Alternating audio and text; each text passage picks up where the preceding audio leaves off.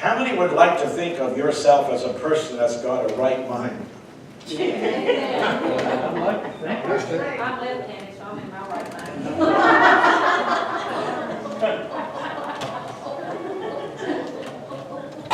There's one in every crowd, Joe. And she's yours. And She's usually in your crowd. double trouble, right?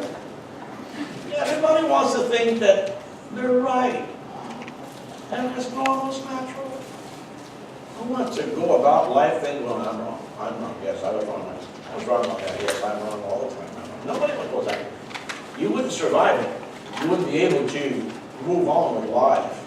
Everybody feels that they're right, that their opinion is right, that their philosophy is right, that their reasoning is right, that they have the right rationale. But you never want to depend on subjective acceptance of right thinking. That is to say, if you say of yourself, I'm right, that is subjective. Because you're the one evaluating yourself against yourself. You understand what I'm saying? That's not objective, that is subjective. I'm right because I said so. Well, that's what the thieves thought when they robbed that poor person, that the Good Samaritan story. Their philosophy, their reasoning, and they were right in their minds, and they're right, and their mind were right. He has more money than me, he has more money, must have been a Democrat, but anyways, he has more money than me, therefore I got to take it from him so we can share equal here. I got to be fair. So they went out, and they were out there, they beat him up, left him for dead along the road. And they felt that that is right. That's subjective, because you're not comparing it to anything else. It's not comparing yourself to a higher standard, just based on so it's very subjective. Now the priest and Levite, when they came by, the religious ones, they thought, well, what's yours is yours, and what's mine is mine, and I'll keep what's mine, and we all have our problems, and we walked across the street and say, good luck. They thought they were right in their thinking. True? They thought, that's the right thinking. That's my right philosophy, right reasoning, and certainly my right rationale. But it's very subjective. It is self-centered. It is not compared to anything else. But Jesus gave us the parable of the Good Samaritan. He said there was a Samaritan that came along and saw this Jew, no less. And Samaritans have always been looked down upon by the Jew. Get this now. But this Samaritan, who has been demeaned, belittled, and ostracized out of Israel, out of Jerusalem area, by the Jews, saw this Jew beat up, bleeding, left for dead along the road, and had this thinking, what's mine is ours, and I'm going to share it. Now, which one of those three had objective rationale and reasoning? Which ones had subjective? It has to be the third who had the correct right thinking, right mind, because he thought like God thinks. Amen. The story of the Good Samaritan is to give good rationale, is to have a right mind.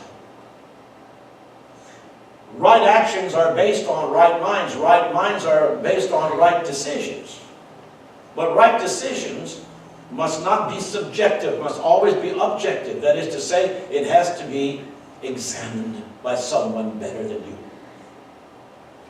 That's why the Bible also says that in the counsel of many there is wisdom. So before you do something you think is right, make sure that you compare it with a broader spectrum of wisdom.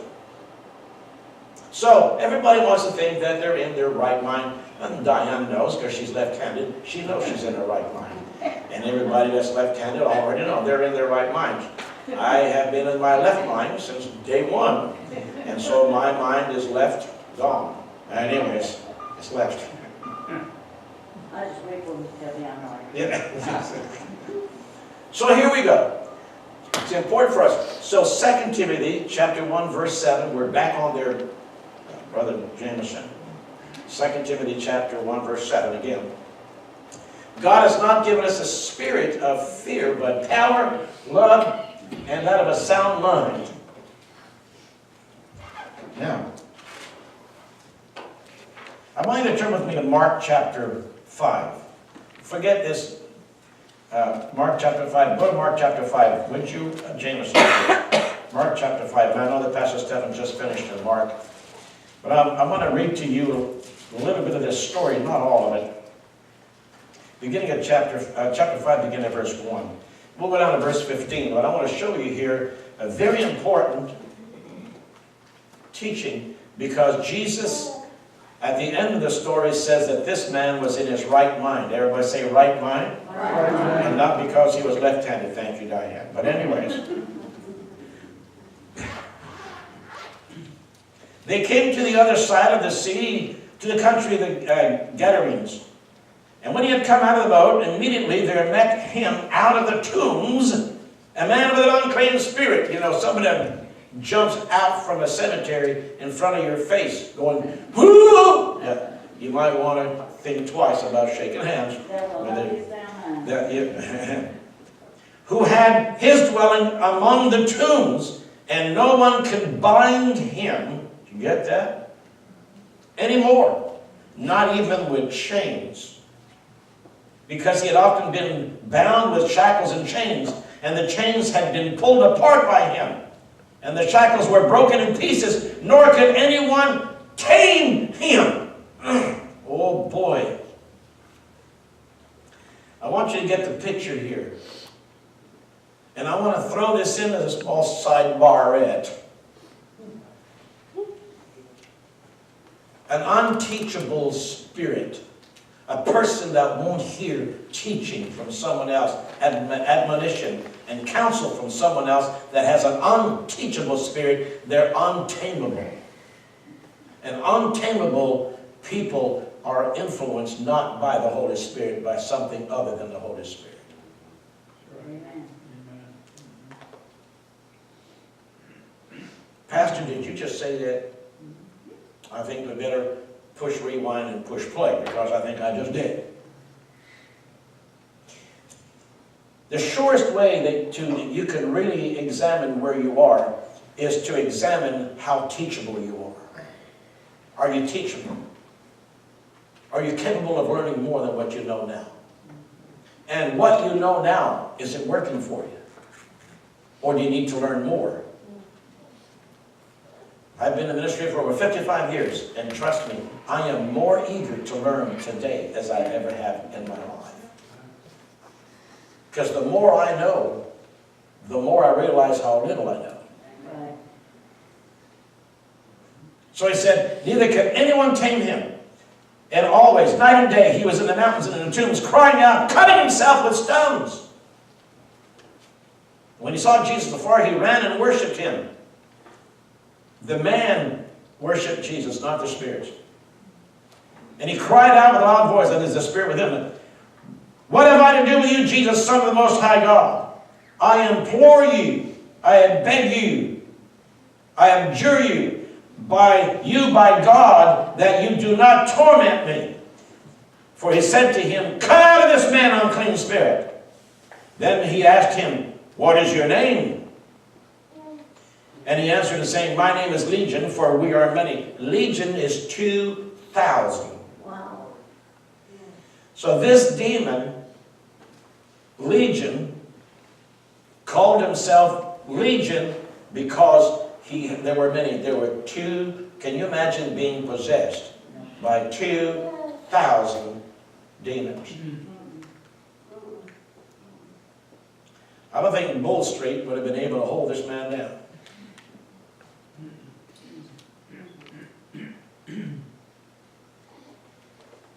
Also, he begged him earnestly that he would not send him out of the country.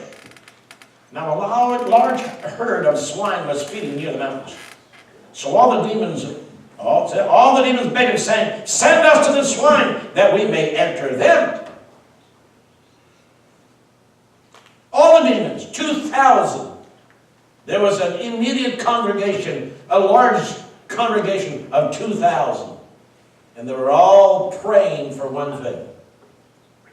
Send us to the pigs. Isn't that just like the devil? Isn't that the devil? The only place he can go and the only place he can lead others to go is to the swine, the pigs. It's pig slop. The prodigal son ended up eating pig slop. Satan always has a pigsty waiting for those who follow him. And at once Jesus gave them permission. Then the unclean spirits went out of them and entered into the swine. There were about 2,000. And the herd ran violently down the steep place into the sea and drowned in the sea. And those who fed the swine fled, and they told it in the city and in the country. Get this. And they went out to see what had happened. And they came to Jesus and saw the one who had been demon-possessed and had the legion sitting.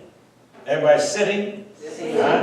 And clothed. Everybody say clothed. And everybody say he was in his right mind. And they were afraid. Look this way. He was sitting.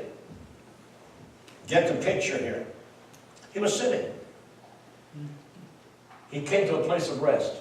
When you're in your right mind and your faith is stabilized, resting in the power and the glory of Jesus Christ, you're at rest. He was sitting, clothed, and in his right mind. Did you get that? He was in his right mind.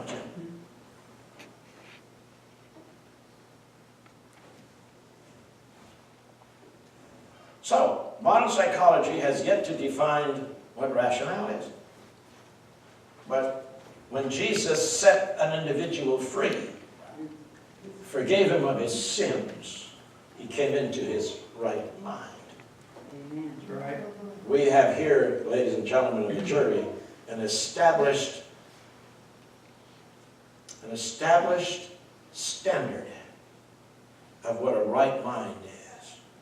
A mind that has been freed from all that is ungodly. Amen. Yes, amen. A mind that has been liberated from the grips of sin and demonic power in his life. One that has received a touch from the Lord Jesus Christ.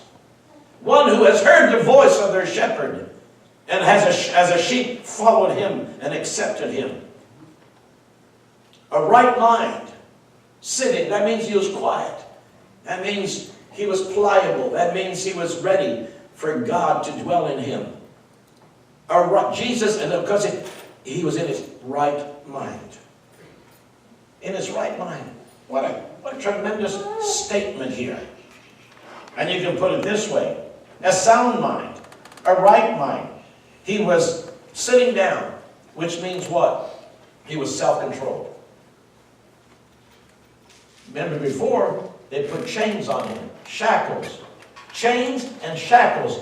A man, a mere man, being able to break steel and iron, not steel but iron. Ropes. Whatever they had back then. Leather. And be able to snap it like it's like a little string. How many know that a human being can't do that? Right.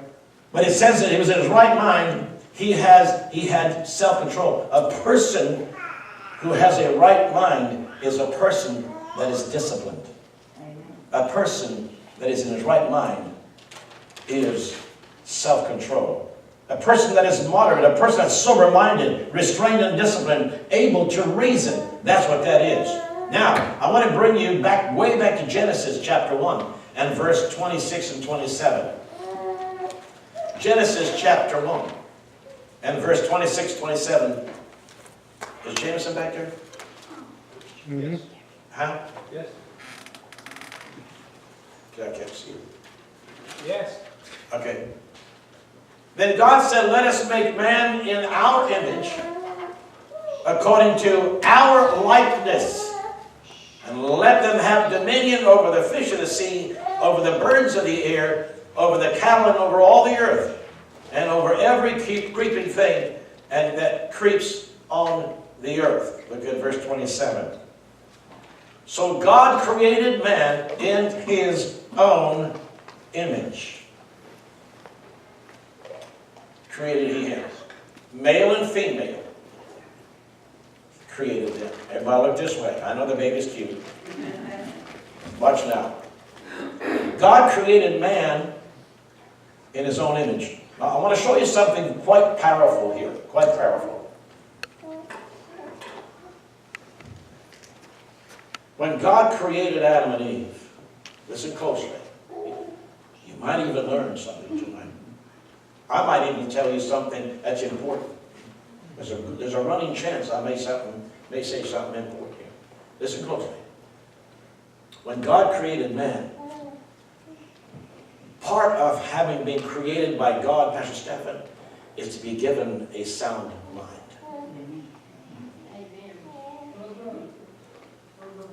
When God created Adam, he didn't make him a nut. A nutcase, huh?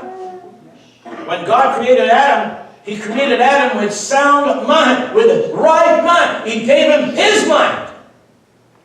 His reasoning, God's reasoning. And it came out of the holiness and righteousness of God. Because when God created Adam and Eve, and Adam particularly, he created Adam in his image. And the image of God is one that is superior to all other creation. Because he gave man dominion over all that God had created. It's one that is involved with God. We're going to deal with that on Saturday morning. But listen closely. The point I want to emphasize and stress here. When God made Adam, God gave him a right mind. God gave Adam a sound mind. Excellent reasoning. God gave Adam a definitive rationale. Amen. Amen.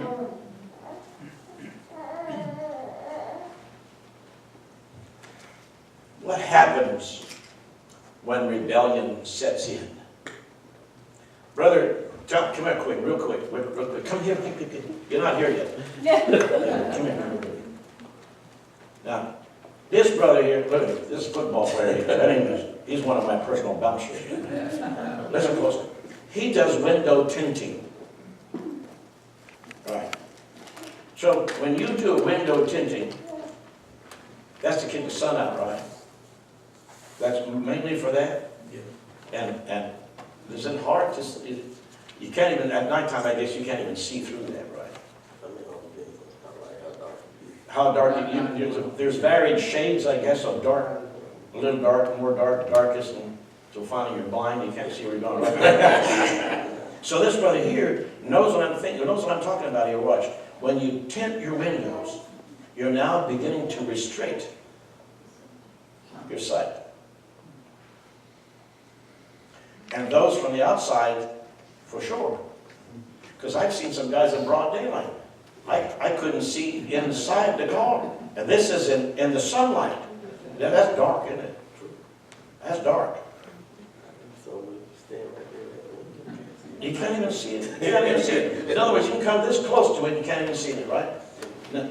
Yeah, you can't even see it. And that's the man who does the work. Thank you, brother. And there's a reason I'm saying that. Watch now. Two things happen when rebellion and sin kicks in. Number one,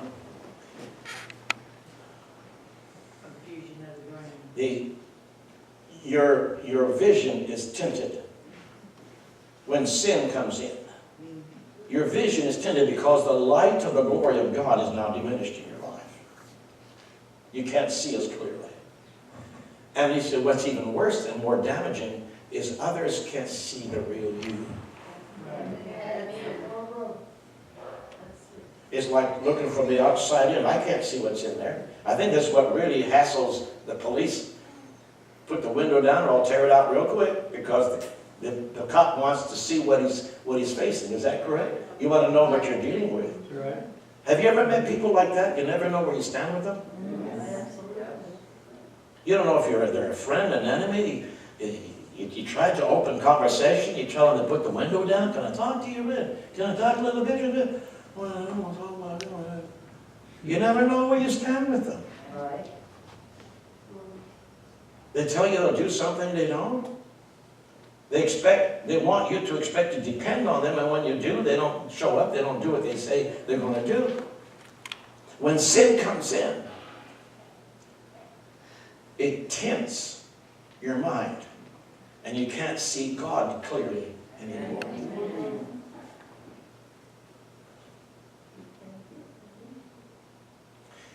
Now your mind is compromised. Is that correct? Amen. If you can't see where you're going, if you people can't see you for who you are, in the testimony, in the light of creation, that God made you in His image, then they don't know where you're going. You don't know where you're going. Now the light of God in you has now been compromised. Your relationship with people has now been compromised. Certainly your relationship with God now has been compromised. And the darker you tint the window, the deeper you get into that sin and rebellion, the deeper you go into darkness until you're covered with hatred, bitterness, animosity, envy, jealousy, murder. All of these things come as acts of darkness because the light has been snuffed out completely. So who's in their right mind out of those three in the Good Samaritan story? The last one. Yeah, the last one. Because he acted in the light of God, and his windows weren't tinted. His eyes were not compromised. His vision was clear. What's mine is ours, and I'm going to share it. Amen. And he took him, brought him to the inn, clean him up, fix him up. And I don't, tell me what the bill is, because I'm coming back through here in a couple of weeks. And if there's any more than this, I will pay for this. Can you imagine? So, the first one said, in his right mind, in what he considered was right, what's yours is ours, I'm going to take it. Because, as a good Democrat, I need your money to take care of me. So I need to do this. Share what you have, you rich, terrible person, you. And because he wouldn't, then take it. They thought they were in their right mind. Rational thinking.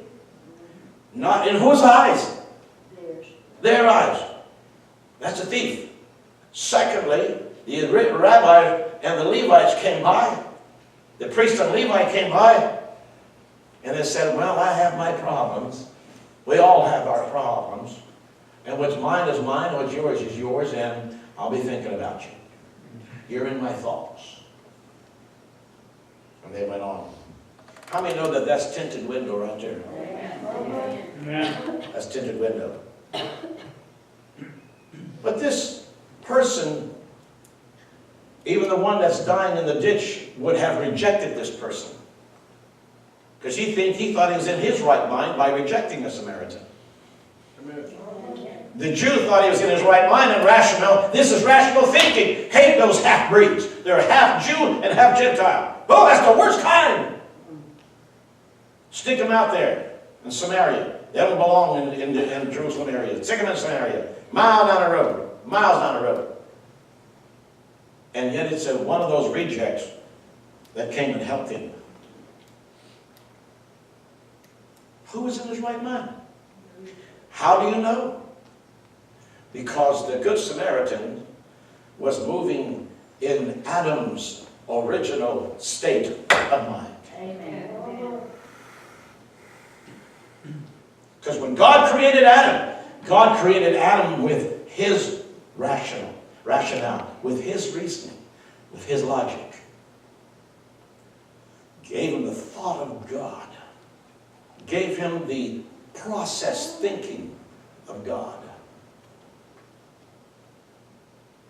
And Jesus says, which one was a friend and a neighbor to this victim? They said, the Samaritan. Jesus said, go thou and do likewise. Amen. Right action is based on right thinking. And right thinking is based on God's thinking.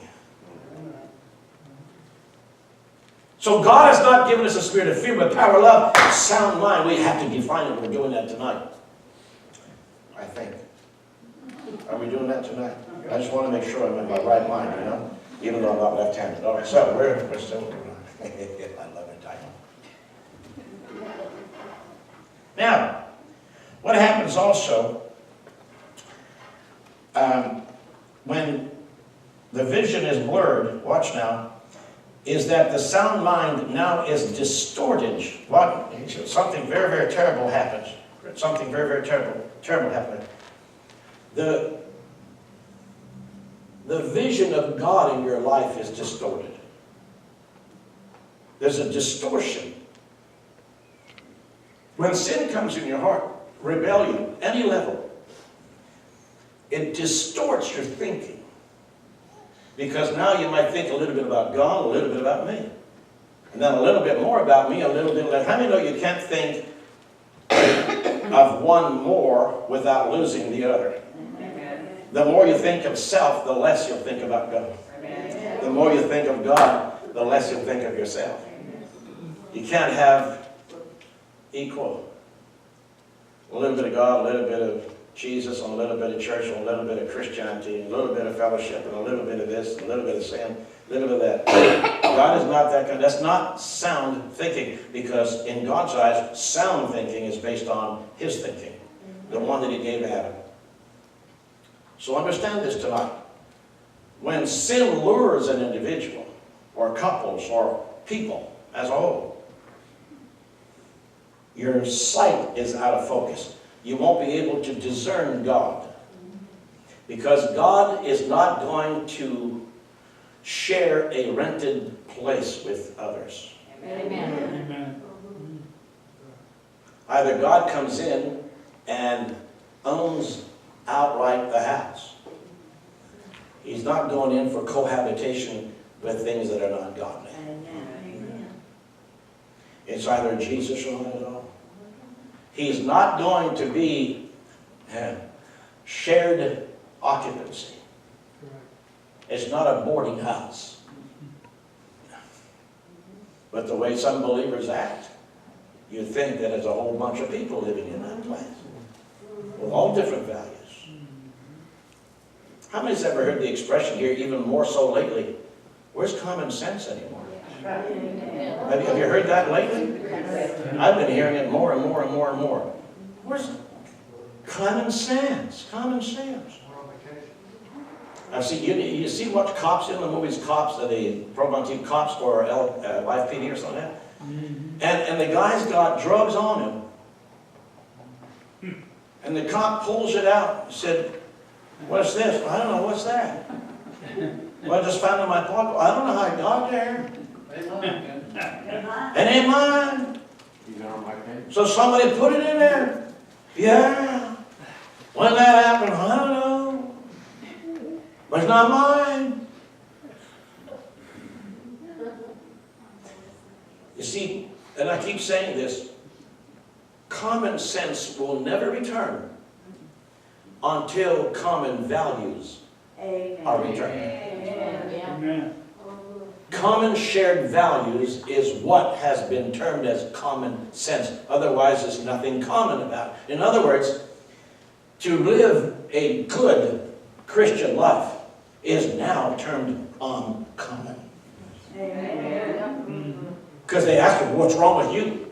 Why do you want to be good? Why do you want to do that?" You're looked down upon. If you don't have sex before marriage, there's something wrong with you. If you don't live in fornication or adultery, there's something wrong with you. If you don't get drunk on weekends, something wrong with you. If you don't gamble your money away, something wrong with you.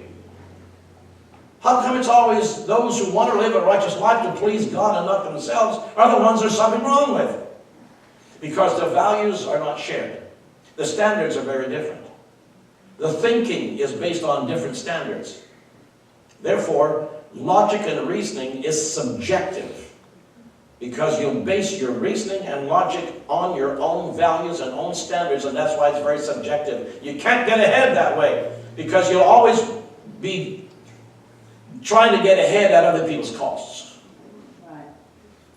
But to have a common value as we have here, everybody's looking out for the other person in this church. Everybody's loving the other person. That's common value. Therefore, we have common sense here. Somebody shout praise the Lord for that. Praise the Lord. We may not have much, but we've got that in common. It's thing called sense. In fact, we have now more sense than dollars, but we got some.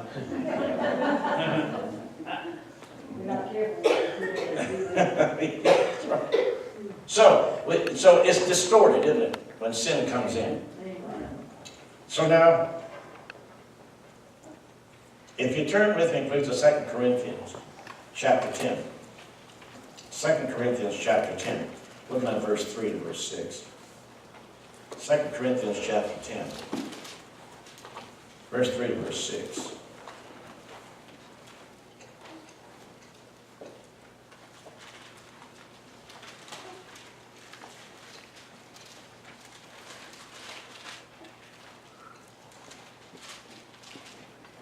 Indeed,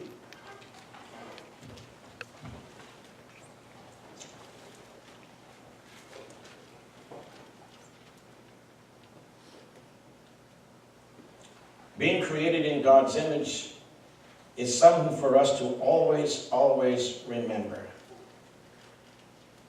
This distorted image of who God is in your life has got to come to an end. Because God has given us the spirit of a sound mind.